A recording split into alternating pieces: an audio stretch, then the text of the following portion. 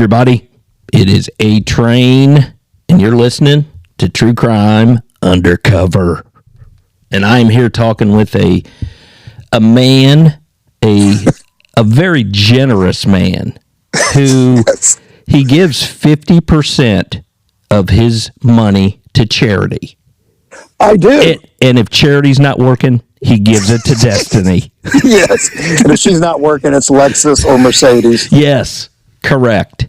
So good one, A-Train. Thanks, I appreciate it. So, okay, well, how are you today? Everything going okay? Everything's going fine. After we get done doing this, I'm going to go eat some of them bargain bin pork chops that I got in the section where you must eat this today or contact Ebola virus. Sounds delicious. Yes, yummy. Just delicious. Okay, well, have you got something entertaining to tell us?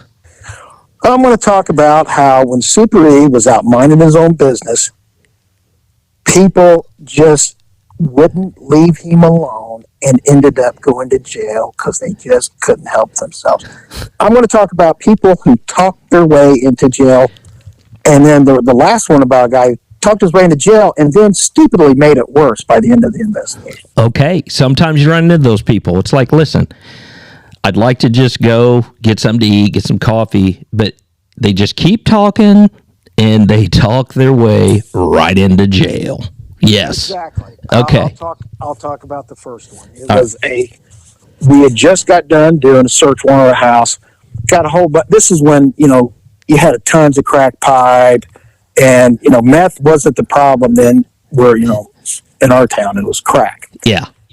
And so this was one of these search warrants where the neighbors were complaining because they had a crack house in the neighborhood. And me and Jerry, we hit a house, get all kinds of crack, money, paraphernalia, which meant crack pipe, baggies, the whole thing. So I've got all of the evidence in these clear bags, and they got giant labels on them. A-Train, remember, you dealt with them. Oh, yeah. And it says evidence on it. And then we would write on it, crack pipes, cocaine, all the bags, right, separate, all this stuff. And then those evidence bags would go to crime lab, and they would test it for narcotics and blah blah blah. Yeah. But before they went to the crime lab, you had to go to the property room, and they had this thing that sealed the big plastic bags. Now these bags were about 2.5, 3 feet tall. Yeah. I'm driving my '70 Plymouth Sport Fury, and I've got at least 8 of these bags in the passenger front seat. Okay. And I'm pulled up the stoplight just outside of downtown, cruising on the hot dog stand, East Washington Street. And I'm at a stoplight, and here's some chick. She's flagging me, hey, Lee, hey, roll down your window, don't leave. So I roll down my window, it was power window, and I said, what's up? She goes, hey, let me get in the car with you. I said, I'm really busy right now. I've got a lot of stuff I got. I don't have time. I've got all this evidence. Yeah. I go, there's no room in here. And she's sticking her head in and kind of looking at it, kind of moving. She goes, let me get in. I'll suck your dick. I'll suck your dick instead of $30. I'll only charge you $20. I said, I've really got to be going somewhere. I got to do something. She goes, I see you got a bunch of stuff. Okay, $15. I said, no. She goes, okay, I'll take that as a yes. And she gets in, opens the door, and she takes all the evidence. Now, they're clear bags. Yeah. And then has an evidence label on it that says evidence. She goes, you know what? Let me get these evidence back out way. And she picks them up and tosses them in the back seat. She goes, what's this evidence stuff? And I go, well, that's French for thrift store. Oh, really? Interesting. And she goes, it looked like there was some crack pipes in there. I said, no, it's just some sort of potpourri kind of thing. Very, very potpourri. Very fancy. Yeah. She goes, oh, okay. Well, you don't look like a guy to be into that because you kind of look like a bum. And I go, well, no. She goes, you do got $15? I go, yeah, I got $15. She goes, well, then pull over here and I'll give you head, but I want the money first. Give me the money. I said, okay. I'm going to show you the money. It's in this little black wallet thing. Then I open it up. I go, oh, oops, that's a bag. You're like, son of a bitch. And she goes, why didn't you let me get in the car? I go, I didn't. You forced yourself into the car. You picked up the bags that didn't say evidence. It said evidence. I just did a search warrant. That's a bunch of crack cocaine in there. And she goes, isn't this kind of a weird twist? I'm out here giving head to get crack. And you're taking it down to destroy it. Oh, my God, yes. I said, man, I ain't got time for you. I'm going to write you a summons. Do you think you can sit still long enough for that? She goes, thank you, Super E. I'll try to be more discriminating next time. I said, try to be a little bit smarter next time. Evidence. So she was the first dumb example. And the second one was several years later. I'm driving out to the academy. Remember, we have to go get things at the academy. So I was going to go to the academy to drop off paperwork. That's what it was. Mm-hmm. There was a whole bunch of paperwork. It says police on it. Mm-hmm. I'm sitting there at a stop sign, and a young man comes up to me, and he starts saying, hey, I got what you need. I got what you need. And I'm like, oh, my God. So I roll down the window. I go, what is it that you got that I need? He goes, man, I got that shit you need. You know that shit. I go, I have no idea what you're talking about. What kind of shit are you talking about? The shit. It's going to have to be a little bit more specific. That smoke. You like to smoke? I said, no, that'll kill you. I don't smoke cigarettes. Marlboros. They're a death sentence. He goes, no, not Marlboros. I said, weed? No, I don't smoke weed. I'm adult. I'm older than 15. He goes, no, not that weed. I said, oh, let me guess. You're talking about crack. He goes, yes, I'm talking about crack. I said, I don't want to buy any crack. He goes, you need to buy crack. I go, why do I need to buy crack? You need crack. I said, I don't smoke crack. I don't smoke it. He goes, I could tell by looking at you, you like the ladies, and I can also tell by looking at you, you like the skanky ladies. Wow. And I did put my hands out, said, put on the cuffs, guilty as charged. Guilty as charged. I said, okay, all right, okay, you're getting warmer. I said, so why is it that I need crack cocaine for skanky? He goes, oh, skanky chicks. You know it. They love to crack. They love it. And I said, I think you're right. So I said, you know what? I'm minding my own business. This guy he's worse than a vacuum, door-to-door vacuum cleaner salesman. He's so damn pushy. Or a Rambler salesman. He's trying to push this down my throat. So I said, okay, here's what I'm going to do. I can't buy any of your crack now because I don't have any U.S. currency for monetary compensation for you. Yeah. I don't have any money to buy it now. What's your phone number?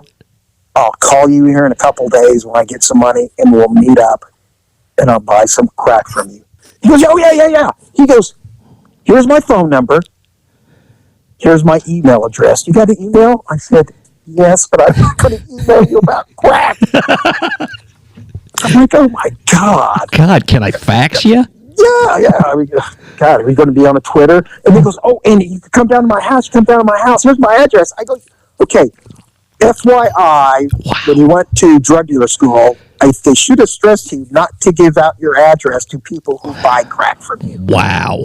That's a good way to get robbed and arrested with the police kicking down your door. Don't give out your address, dummy.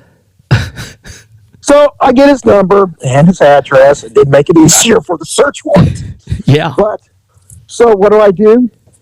I get my friend, the police Barbie doll, super good looking. Uh-huh. And I said, I've got a job for you because we were partners at the time. I go, I got a job for you. You need to buy from this guy. And she goes, why? Why should I buy from him? Because you're part of his niche that he sells for.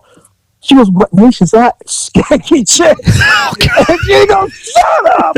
I said, I'm kidding. But as soon as he sees you, he's going to throw caution to the wind. Mm-hmm. And sell to you, which, it doesn't matter how good looking you are because he threw caution to the wind with me. Yeah, and, true. I'm not the most handsome guy in the world, but I'm a damn cock-diesel looking guy. Anyways, I had to throw that. Uh-huh. Anyways, so Kelly, she calls him on the phone and she goes, yeah, I'm a friend of Ray, the guy that you basically tried to shove the crack down his throat. He told me to give you a call. And he goes, yeah, where you at? And she goes, well, I can meet you over here at I think that's when they had the Staples. Are they still around? I think so, She yeah. He goes, I can meet you in the Staples parking lot just south of Washington Street. And he goes, well, you can come to my house. Oh, here's my address. And she goes, you really shouldn't be giving out addresses, you know. She goes, can you meet me over here? He goes, I'm not too far from there. Yeah, I can get right over there. So he shows up, sells to her, doesn't even ask if she's the police or anything. Here it is. Here's the dope. Yeah. You know, he goes, here's the guy I get it from. Yeah, he drives this car. You know, he's just blabbing everything. She makes a couple buys from him. I get an arrest warrant for him. So, like, on the third time he shows up, we take him down. And he looks at me and he goes, hey, not fair. You're the guy. And I said, yeah, not fair, dumbass. I tried to tell you that I didn't want any dope, and you forced it on me. He was like, damn, I feel stupid. I said, well, you ought to. Dumbass. I mean, this dude, so he in essence, I mean, he comes up to your car and he is just really giving you the hard sell on this crack. Yeah. I mean, it's if I had my front door open, try to shut it, he'd stick his foot in there. Oh, man, not a smart dope dealer. No, not. You know, he needed to go back to dope dealer school. Yes, he did. And the third one was a dude that just, he wishes he didn't like the ladies, because here's why. This is when, remember A-Train, where you were having to do all them bootleg DVD investigations where guys were selling them in front of gas stations or wherever? Yeah. And it was kind of a deal where they wanted you to do shit about it. Yeah. Well, then, for some reason, I got a complaint where they were selling it at this little bookstore that looked like it was in a bombed out area right there by 65. Okay. I didn't even know it was anything. And so... Right on Washington Street? Right there on Washington Street. Yeah, I know exactly what you're talking. Yeah. So they said, they made a big deal. These guys are selling legal DVDs. Yeah. And I guess it was like Hollywood something wanted done about it. You know, they didn't want this shit, this pirating. No, it's bad. The Motion Picture Association, they wanted bootleggers. Yeah, so I think I consulted with you. Yeah. And you told me how to do it. So I went in there and looked around, and I kind of, asked, hey, you got any movies? And the guy was being very suspicious of Old Super E, so I didn't push it. So then I got one of my friends that lived like a mile down the road. She was an attractive woman, and she was also extremely street smart. Okay. So I sent her in. Right. And she goes in there, and she comes out. She doesn't have any DVDs, but she's got a little book. And I said, "Do you have any DVDs? You were able to buy any DVDs?" She goes, "No." He said he seemed like he was real suspicious of me. Said they didn't have anything like that. So I just bought a book, and I go, "What's this book?" And I looked at it. And I go, "Mein Kampf." Oh my God! I go, "What is this?" Well, she said this is a book written by Adolf Hitler. I go, "Oh my God!" Oh my God! I go, "This is kind of a coincidence because I just bought a phony DVD from the guys in a gas station on 38th Street of Inglourious Bastards." Oh yeah! Remember that movie? Oh yeah! She goes, "Oh yeah, I've heard about that movie." And then she says this to me: "Did they try to make Hitler look bad?" And I go, "Well, I think he did that all by himself." Oh my God! Who was this lady? Was her name Ava? Jesus! Oh my God! Yeah, and you would have never known this of her. I was like, "Oh my God!" Jesus. Yeah. And so, anyways, so I said, I'm really going to have. Here's what I'm going to do. I've got this new policewoman. Used to be my intern. She was an intern for you guys. Yeah. She became my intern, and she helped me make all kinds of arrests. I said, she's an extremely smooth talker, extremely attractive. She's only like 22, just graduated from college, gets on the police department. Mm-hmm. And so I call her up and I said, "Do you think you can go in here and try to buy off this? I've had me go in there, and I've had one of my girls off the street go in there. You've got that fresh face. Use your sorority girl thing where you want to get movies." Did you ask her before? Just, I want to make sure you're not a Nazi, right? You're not Nazi sympathizer. God. But anyways, so I call her up and I said, "Hey, can you go in there and just try it?" And then, we this will be the third time. We did the best we could. And she goes, "Oh, I'll do it." And she goes in there. I'm waiting outside, and she's talking to the guy. And I could hear him talking because she had a little transmitting device on her. And she was being unbelievably charming, and he was falling for it. Mm-hmm. Except he must have had prior knowledge that he was being investigated, I believe, Okay. because he's asking her questions. He goes, "I wish I could help you out. Believe me, I do. I want to be able to help you. I just can't take a chance. You're Yeah. extremely attractive." Yeah. But he says, "I don't want to go to jail." She was real good about it. She was like, "No problem." Well, there's a guy standing there, and he must have been the dude that brought down videos to get or sell to this guy. I believe he probably got it from him. Well, he's listening in, and he sees her, and he's an older dude. He looks at, we're going to call her Nikki. He looks at Nikki, goes, "This guy won't sell you DVDs. I can sell you bags of them." And then it's like the guy behind the counter was trying to give him these flash. "No, man, don't be doing this. No, Ixnay. don't." Yeah, Ixnay on the EVDA. And so she's like, "Oh, you can get some for me?" "I sure can." He goes, "I don't have any right now. I'm just going to be re-upping on those because they're illegal." And the guy's heart attack behind the counter. He goes, "So we got to get them. And then, I'll give me a list of what you would like." And so she goes, "All right." He goes, "It's got to be playing now because we videotape them from the movie theater. That's what makes it illegal." Uh-huh. And so she says, "Well, this is what I'll be looking for." He goes, "Give me your phone number. I'll give you a call when I have them." And so she's like, "All right." And she could tell Nikki was like, guy behind the counter was like, "Oh my God, this guy's an idiot." And he was like going, but. And the dude just left because, she goes, he was wanting to tell him not to do it. Yeah. But the guy was in such a hurry. The guy was going to sell her. He left and ignored him. Yeah. And so the next day she gets a call and he goes, "Nikki, I got them movies you want. Meet me over at the Dairy Queen on the east side." So we're like, all right. So she goes in. She's ordering a brazier burger and he's getting an ice cream. Yeah. And they're standing in line and he's got the big bag of DVDs and he's showing her and she buys them as she's in line. And I'm standing outside just like some homeless guy Yeah. looking in at people Bum. food. Yeah. Like, "Can I have a scrap?" So I'm just watching it go, and I can hear what's going on. And then he goes, "You know what? I could sell you these movies, but would you like to buy some Vicodin too? I know you didn't ask for it, but I got a whole bunch of Vicodin in the front seat of my car. Would you like some?" And then she looks at me, looking at her through the window, and I just nod my head, "Yeah."